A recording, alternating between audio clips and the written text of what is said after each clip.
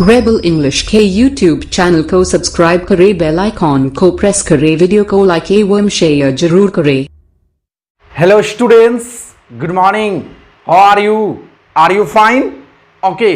Nowadays we are reading use of preposition, but today we shall read only one preposition which name is beyond.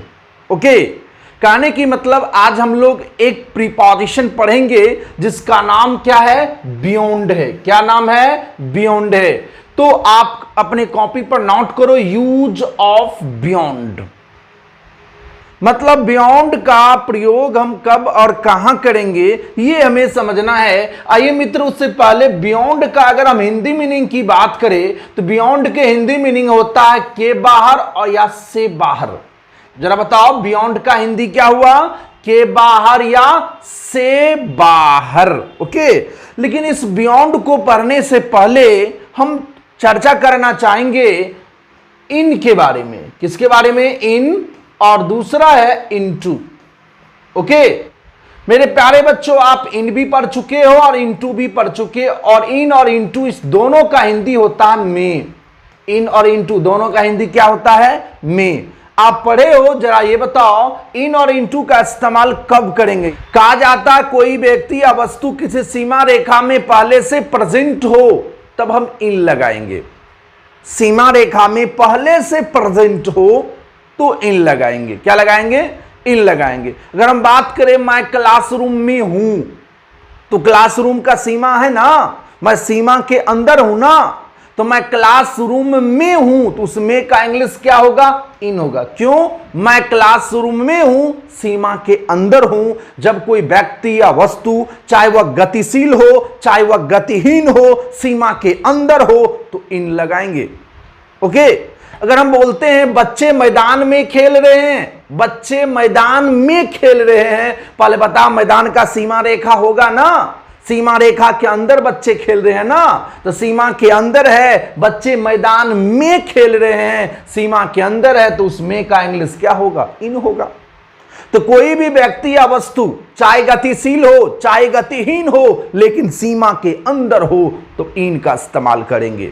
Okay, लेकिन जब कोई व्यक्ति या वस्तु किसी सीमा रेखा का उल्लंघन करते हुए बाहर से सीमा रेखा के अंदर प्रवेश करता हो तब हम इनटू का इस्तेमाल करते हैं। ओके, सीमा रेखा के अंदर आता हो, बाहर से सीमा रेखा के अंदर प्रवेश करता हो तब हम इनटू का इस्तेमाल करते हैं। जैसे मैं क्लासरूम में गया तो पहले बता क्लासरूम का सीमा रेखा है ना, तो मैं क्लासरूम के बाहर से न आया, तो मैं बाहर से सीमा रेखा के अंदर आया, क्लासरूम के अंदर आया, तो उस समय हम क्या प्रयोग करेंगे? इनटू का प्रयोग करेंगे। हम बोलेंगे I went into the classroom. Okay, चलो, कहता मैं नदी में कूदा। नदी का सीमा रेखा है ना, पानी की ऊपरी सतह तक नदी का सीमा रेखा। चलो ठीक, तो मैं नदी में कूदा तो बाहर से अंदर की ओर ने गए, तो वहां मैं नदी में कूदा, उसमें का इंग्लिश क्या होगा? क्या होगा? इनटू होगा। तो होगा I jumped into the river. Okay, तो कोई भी व्यक्ति वस्तु सीमा रेखा में पहले से प्रेजेंट हो तो इन, कोई भी व्यक्ति या वस्तु किसी सीमा रेखा का उल्लंघन करते हुए बाहर से अंदर की ओर आता हो तो इनटू। मेरे प्यारे बच्चे, ये दोनों टॉपिक आपको हम पढ़ा दिए हैं, फर्स्ट यूज इन और इनटू ही पढ़ाए थे। ओके, लेकिन आज का हम लोग का टॉपिक है बियॉन्ड। बियॉन्ड का हिंदी होता है के बाहर या से बाहर, लेकिन इन और इनटू का हिंदी होता है में। मान लो ये आपका सीमा है, ठीक, इस सीमा के अंदर आप पहले से प्रेजेंट है तो आप इन लगाओगे। बाहर से अगर इस सीमा के अंदर प्रवेश करते हो तो इनटू लगाओगे। क्या लगाओगे? इनटू लगाओगे। ओके, आप पहले से मौजूद हो तो क्या लगाओगे? इन लगाओगे। लेकिन कोई भी गति अंदर से अगर बाहर जाता है तो मेरे प्यारे बच्चे यहां बियॉन्ड लगाएंगे। क्या लगाएंगे? बियॉन्ड लगाएंगे। ध्यान से सुनना, कोई भी व्यक्ति वस्तु सीमा में पहले से हो तो इन, कोई भी व्यक्ति वस्तु बाहर से अंदर की ओर जाती हो तो इनटू, कोई भी गति अंदर से बाहर की ओर जाती हो तो बियॉन्ड का प्रयोग करेंगे। ओके, चलिए और कुछ समझते हैं। मेरे प्यारे बच्चों, अगर हम बात करें क्रिकेट मैच का, क्रिकेट मैच का अगर बात करें, अगर मान लो ये आपका क्रिकेट मैच खेलने वाला प्लेग्राउंड है, और अगर हम बात करें क्रिकेट मैच का, तो अगर हम बोले कि प्लेयर मैदान में है, मैदान में है, तो मेरे प्यारे बच्चों प्लेयर्स जो है मैदान में है, सीमा रेखा के अंदर है, मैदान के सीमा रेखा के अंदर है, क्या लगाओगे? इन लगाओगे। ओके, चलो अगर हम ये बोले बैट्समैन बॉल को हिट किया, मारा, और बॉल लुढ़कते हुए बाउंड्री लाइन के बाहर, बाउंड्री लाइन के बाहर आप देख रहे हो ये बाउंड्री लाइन है और बाउंड्री लाइन के बाहर बॉल चला गया, तो सीमा रेखा के अंदर से बाहर की ओर एंट्री किया कि नहीं? बाहर की ओर एंट्री किया, तो बॉल, अगर हम बोले बॉल सीमा रेखा से बाहर चला गया, तो सीमा रेखा से बाहर गया, तो बता उससे का इंग्लिश क्या होगा? बियॉन्ड होगा। क्या होगा? बियॉन्ड। चलो ये बॉल मान लो है, बॉल को उठाया प्लेयर, ओके, और उस बॉल को क्या किया? फिर सीमा रेखा के अंदर डाल दिया, सीमा रेखा के अंदर डाल दिया। जब सीमा रेखा के अंदर डाल दिया तो बाहर से अंदर न गया, तो मेरे प्यारे बच्चों यहां क्या लगाओगे? इनटू लगाओगे। यहां क्या लगाओगे? सीमा रेखा के बाहर बॉल गया तो बॉल के लिए क्या लगाओगे? बियॉन्ड। क्या लगाओगे? बियॉन्ड। अगर प्लेयर्स मैदान में पहले से प्रेजेंट है तो क्या लगाओगे? इन लगाओगे। क्या लगाओगे? इन लगाओगे। ओके, तो अगर मैदान में पहले से प्लेयर्स प्रेजेंट है तो इन, अगर बॉल लुढ़कते हुए सीमा रेखा से बाहर गया, कोई भी गति अंदर से बाहर की ओर जाती हो तो बियॉन्ड का इस्तेमाल करते हैं, और कोई भी गति बाहर से अंदर की ओर आता हो तो इनटू का इस्तेमाल करते हैं। आई होप आप समझ गए होंगे। ओके, चलिए आप लिखिए पॉइंट 56, लिखिए बियॉन्ड, लिख लिए? लिखिए किसी भी प्रकार के सीमा रेखा का उल्लंघन करते हुए बाहर जाने वाली गति को दर्शाने के लिए बियॉन्ड का प्रयोग करते हैं। बियॉन्ड का प्रयोग करते हैं। चलिए आपको ध्यान में ही रखना है, कोई भी व्यक्ति या वस्तु किसी सीमा रेखा के अंदर से बाहर की ओर अगर जाती हो तो उसमें बियॉन्ड लगाएंगे। कहा जाता है चादर से अधिक पैर नहीं फैलाना चाहिए, चादर से अधिक पैर नहीं फैलाना चाहिए। चादर से अधिक का मतलब क्या? चादर का सीमा रेखा है ना? चादर से अधिक पैर फैलाओगे तो चादर से पैर बाहर निकल न जाएगा, और चादर का सीमा रेखा उससे पैर बाहर चला जाएगा। तो चादर से अधिक पैर नहीं फैलाना चाहिए, अर्थात अगर आप फैला देते हैं तो सीमा रेखा से बाहर चला जाता है ना। जब उस चादर की सीमा से बाहर चला जाता है तो मेरे प्यारे बच्चों क्या लगेगा? बियॉन्ड लगेगा। कहता है औकात से ज्यादा नहीं बोलो, औकात से ज्यादा नहीं बोलो। औकात का लिमिटेशन है ना, औकात का मतलब क्या? लिमिट, लिमिट से ज्यादा, अर्थात जो औकात है, औकात का मतलब लिमिट, लिमिट से ज्यादा नहीं बोलो। अगर वह लिमिट से ज्यादा बोल देता है, औकात से बाहर चला जाता है, लिमिट से बाहर चला जाता है, तो सीमा के बाहर चला गया ना। जब बाहर गया तो क्या लगेगा? सीमा से बाहर गया तो क्या लगेगा? बियॉन्ड लगेगा, है ना। कहता इनकम से ज्यादा खर्च मत करो, इनकम से ज्यादा खर्च मत करो। इनकम का लिमिट है ना, लिमिटेशन है ना, कहां तक है, उसके अंदर रहना चाहिए ना।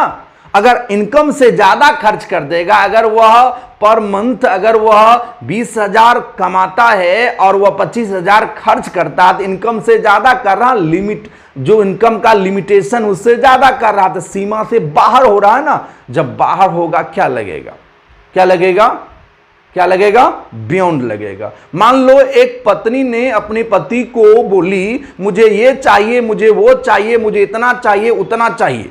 तो पति बोले देखो जी मेरा इनकम इतना नहीं है, मेरा इनकम इतना नहीं है, तुमको हम ये सारे चीज दिला देंगे। उनकी पत्नी नाराज हो गई। तो बोला, उनके पति बोला देखो अगर तुम इनकम से ज्यादा खर्च करोगी तो मुझे तुम छोड़ दो, इनकम से ज्यादा खर्च करोगी तो मुझे तुम छोड़ दो। कब छोड़ेंगे, जब इनकम से ज्यादा, लिमिट से ज्यादा, सीमा से बाहर अगर जाएंगे तब छोड़ने की बात हुआ। तो कोई भी व्यक्ति या वस्तु किसी सीमा रेखा के अंदर अगर है तो इन, बाहर से सीमा के अंदर आया तो इनटू, और अंदर से अगर बाहर गया तो बियॉन्ड। चलिए मित्र लिखते हैं। देखिए एग्जाम्पल का आता है, एग्जाम्पल लिखिएगा द बॉल वेंट, बॉल गया, कहां गया, बियॉन्ड, बियॉन्ड का मतलब बाहर गया। कहां गया बाहर, बाउंड्री लाइन, बाउंड्री लाइन के बाहर गया। बाउंड्री लाइन का सीमा रेखा था, सीमा रेखा के बाहर गया, बियॉन्ड का प्रयोग होगा। ओके चलो और एग्जाम्पल देखते हैं। चलिए अगला एग्जाम्पल है द टीचर वेंट, शिक्षक गए, कहां गए, क्लासरूम के अंदर गए। अर्थात टीचर क्लासरूम के बाहर थे, अंदर प्रवेश किए। तो बाहर से अंदर गए ना, तो बाहर से अंदर जब जाएंगे तो सीमा रेखा को तोड़ते हुए बाहर से अंदर जाएंगे, तो उस गति को दर्शाने के लिए क्या लगता है, बियॉन्ड का प्रयोग करते हैं। इसलिए the teacher went beyond the classroom. Okay चलो गुड। आगे बात करते, कहता योर इंग्लिश, तुम्हारे जो इंग्लिश है इज बियॉन्ड माई अंडरस्टैंडिंग, तुम्हारे इंग्लिश मेरे समझ के बाहर है। बियॉन्ड का हिंदी के बाहर या से बाहर, तुम्हारे इंग्लिश मेरे समझ से बाहर है। जो हमारी समझ का सीमा रेखा है ना उससे बाहर है। तो तुम्हारे इंग्लिश जो है मेरे समझ से बाहर है, सीमा रेखा से बाहर की बात किया है, इसलिए बियॉन्ड का प्रयोग करेंगे। ओके कोई दिक्कत, चलिए आगे देखते हैं। मेरे प्यारे बच्चों आप लिखो पहले नॉट, NOT, नॉट पहले लिख लो तब हम समझाते हैं। लिखो बियॉन्ड का प्रयोग के उस पार, उससे आगे के अर्थ में भी होता है।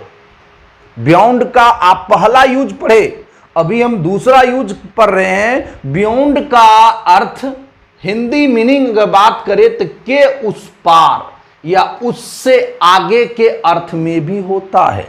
बियॉन्ड का पहला देखे से बाहर या के बाहर, लेकिन दूसरा हिंदी की बात करें तो बियॉन्ड का के उस पार या उससे आगे के अर्थ में भी होता है।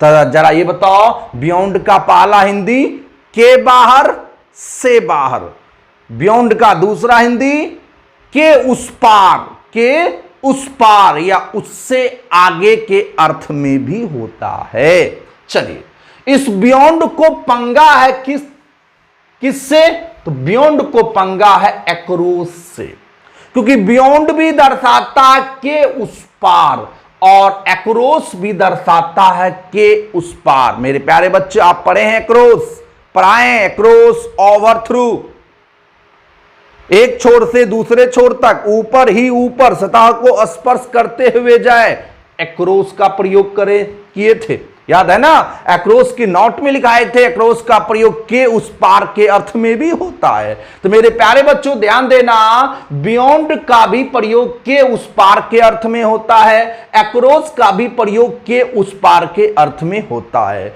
लेकिन अब प्रश्न यह है कि बियॉन्ड और एक्रोस में अंतर क्या है, क्या सामान्य है या दोनों में अंतर है। तो मेरे प्यारे बच्चों, बियॉन्ड का हिंदी भी के उस पार, अक्रॉस का भी हिंदी के उस पार। लेकिन दोनों में अंतर क्या है, ध्यान से समझिएगा। किसी चीज के उस पार हो लेकिन बोलने वाले वक्ता को वह दिखता ना हो, नहीं दिखता हो, तब आप बियॉन्ड लगाएंगे। कहता जो दिख न रहा हो, जो दिखाई नहीं देता हो, तब हम बियॉन्ड लगाएंगे। ओके। लेकिन किसी के उस पार की बात हो लेकिन जो वक्ता बोल रहा है उसे दिख रहा है, कहता है जो दिख रहा हो, जो दिखाई देता हो, तब उस समय के उस पार के अर्थ में हम अक्रॉस लगाएंगे। ओके, चलिए कुछ एग्जाम्पल से समझते हैं। बियॉन्ड का भी हिंदी के उस पार, अक्रॉस का भी हिंदी के उस पार। बियॉन्ड तब लगाएंगे के उस पार के अर्थ में जो दिख नहीं रहा हो। ओके। और अक्रॉस तब लगाएंगे के उस पार के अर्थ में जो दिख रहा हो। और मेरे प्यारे बच्चे यहां देखो बियॉन्ड लगा हुआ है। My house is beyond this mountain. मान लो ये माउंटेन है, आपको दिख रहा है। अब मान लो मैं यहां खड़ा हूं अपने मित्र के साथ, ओके, और मेरे दोस्त पूछा कि तुम्हारा घर किधर है, तो हम बोले मेरा घर इस पर्वत के उस पार है। पर्वत के उस पार है, तो पर्वत के उस पार है, पहला बात पर्वत के उस पार है। दूसरा, यहां से न तो हम और न ही मेरे दोस्त मेरे घर को देख रहा है। दिखाई दे रहा? नहीं दिखाई दे रहा। लेकिन पर्वत के उस पार तो है, लेकिन दिखता नहीं है। और जब दिखता नहीं है तब के उस पार के अर्थ में हम बियॉन्ड लगाएंगे। क्या लगाएंगे? बियॉन्ड लगाएंगे। आ जाओ। My house is across the road. मेरा घर सड़क के उस पार है। मान लो मैं खड़ा हूं यहां मैं खड़ा हूं और अपने मित्र के साथ पूछा तुम्हारा घर किधर है, तो हम बोले मेरा घर सड़क के उस पार है और वह घर दिख रहा है। तब मेरे प्यारे बच्चे यहां क्या लगाएंगे? अक्रॉस का प्रयोग करेंगे। तो के उस पार के अर्थ में बियॉन्ड का भी प्रयोग होता है और के उस पार के अर्थ में अक्रॉस का भी प्रयोग होता है। बस बियॉन्ड तब लगाएंगे जब के उस पार के अर्थ में होगा लेकिन वह चीज दिखता नहीं होगा, तब हम बियॉन्ड लगाएंगे। जो चीज के उस पार के अर्थ में तो है लेकिन दिख रहा है, तब हम अक्रॉस लगाएंगे। ओके, चलिए और कुछ एग्जांपल देखते हैं। चलिए अगला एग्जांपल की बात करें। There is a temple. एक मंदिर है बियॉन्ड द स्कूल। स्कूल के उस पार। स्कूल के उस पार एक मंदिर है। तो मेरे प्यारे बच्चों, मान लो हम अपने मित्र के साथ हम स्कूल के सामने हैं और मेरे मित्र पूछा मंदिर कहां है, तो हम बोले कि मंदिर स्कूल के उस पार है। जहां हम खड़े हैं वहां से वह मंदिर दिखता तो नहीं है लेकिन वह मंदिर स्कूल के उस पार है। तो के उस पार के अर्थ में हम बियॉन्ड का इस्तेमाल तब करते हैं जब वह ऑब्जेक्ट दिखता ना हो। और यहां से स्कूल के हम सामने हैं और स्कूल के सामने से वह मंदिर नहीं दिखता है लेकिन स्कूल के उस पार है, तब हम बियॉन्ड का इस्तेमाल करेंगे। लेकिन यहां अगर आता there is a temple across the school, तो इसका मतलब कि स्कूल के उस पार टेम्पल तो दिखता है, स्कूल के उस पार है और वह दिखता भी है, तब हम यहां अक्रॉस का इस्तेमाल करते। ओके, चलिए कुछ और एग्जांपल लेते हैं। अब देखिए, कहता है तालाब के उस पार एक गांव है। यहां दो कंडीशन क्रिएट होगा। आप मान लो अपने घर में हो और कह रहे हो तालाब के उस पार एक गांव है, जो आपको अपने घर से दिखता नहीं है, केवल आप एक्सप्लेन कर रहे हो तालाब के उस पार एक गांव है। जो नहीं दिख रहा है तब उसमें आपको बियॉन्ड लगाना पड़ेगा। तब बोलना पड़ेगा there is a village beyond the pond. लेकिन आप तालाब के तट पे हो और कह रहे हो तालाब के उस पार एक गांव है, जो दिख रहा है तब बोलना पड़ेगा there is a village across the pond. दोनों में मित्र, अक्रॉस का भी हिंदी के उस पार, बियॉन्ड का भी हिंदी के उस पार। अंतर यही है के उस पार के अर्थ में हो लेकिन दिखता ना हो तो बियॉन्ड लगाएंगे, के उस पार हो दिखता हो तो अक्रॉस लगाएंगे। ओके, चलिए, अक्रॉस का अगला मीनिंग था, हिंदी मीनिंग था के आगे। के आगे, के आगे कहा था प्यार के आगे कुछ नहीं है। के आगे के अर्थ में भी हम बियॉन्ड का प्रयोग करते हैं। तो कहता देयर इज नथिंग, कुछ नहीं है बियॉन्ड द लव, प्यार के आगे। जरा बताओ बियॉन्ड द लव का हिंदी क्या हुआ? प्यार के आगे। ओके, तो बियॉन्ड का मतलब के आगे, लव का मतलब प्यार, तो प्यार के आगे इज नथिंग, कुछ नहीं है। तो मेरे प्यारे बच्चों ध्यान रखिएगा, बियॉन्ड का हिंदी एक समय के आगे के अर्थ में भी होता है। चलो और एग्जांपल लेते हैं, देखते हैं। जिंदगी के आगे कुछ नहीं है, जिंदगी के आगे, के आगे, तो एक समय के आगे के अर्थ में हम बियॉन्ड का इस्तेमाल करते हैं। तो कहता there is nothing beyond life, जिंदगी के आगे कुछ नहीं है। तो आई होप आप समझ गए होंगे बियॉन्ड का इस्तेमाल कहां कहां कर सकते हैं। मेरे प्यारे बच्चों, बियॉन्ड का हिंदी एक समय से बाहर या के बाहर के अर्थ में होता है, पहला। दूसरा, बियॉन्ड का दूसरा हिंदी मीनिंग आप देखें के उस पार। ध्यान रखिएगा, के उस पार के अर्थ में अक्रॉस भी आ सकता है, लेकिन के उस पार हो, दिख न रहा हो तो बियॉन्ड लगाएंगे, दिख रहा हो तो अक्रॉस लगाएंगे। बियॉन्ड का तीसरा हिंदी मीनिंग आपने देखे के आगे, के आगे, के आगे के अर्थ में भी बियॉन्ड का प्रयोग करते हैं। ओके, चलिए अब इसके आगे हम लोग फिर मिलेंगे अगले क्लास में। आज के लिए गुड नाइट, जय हिंद।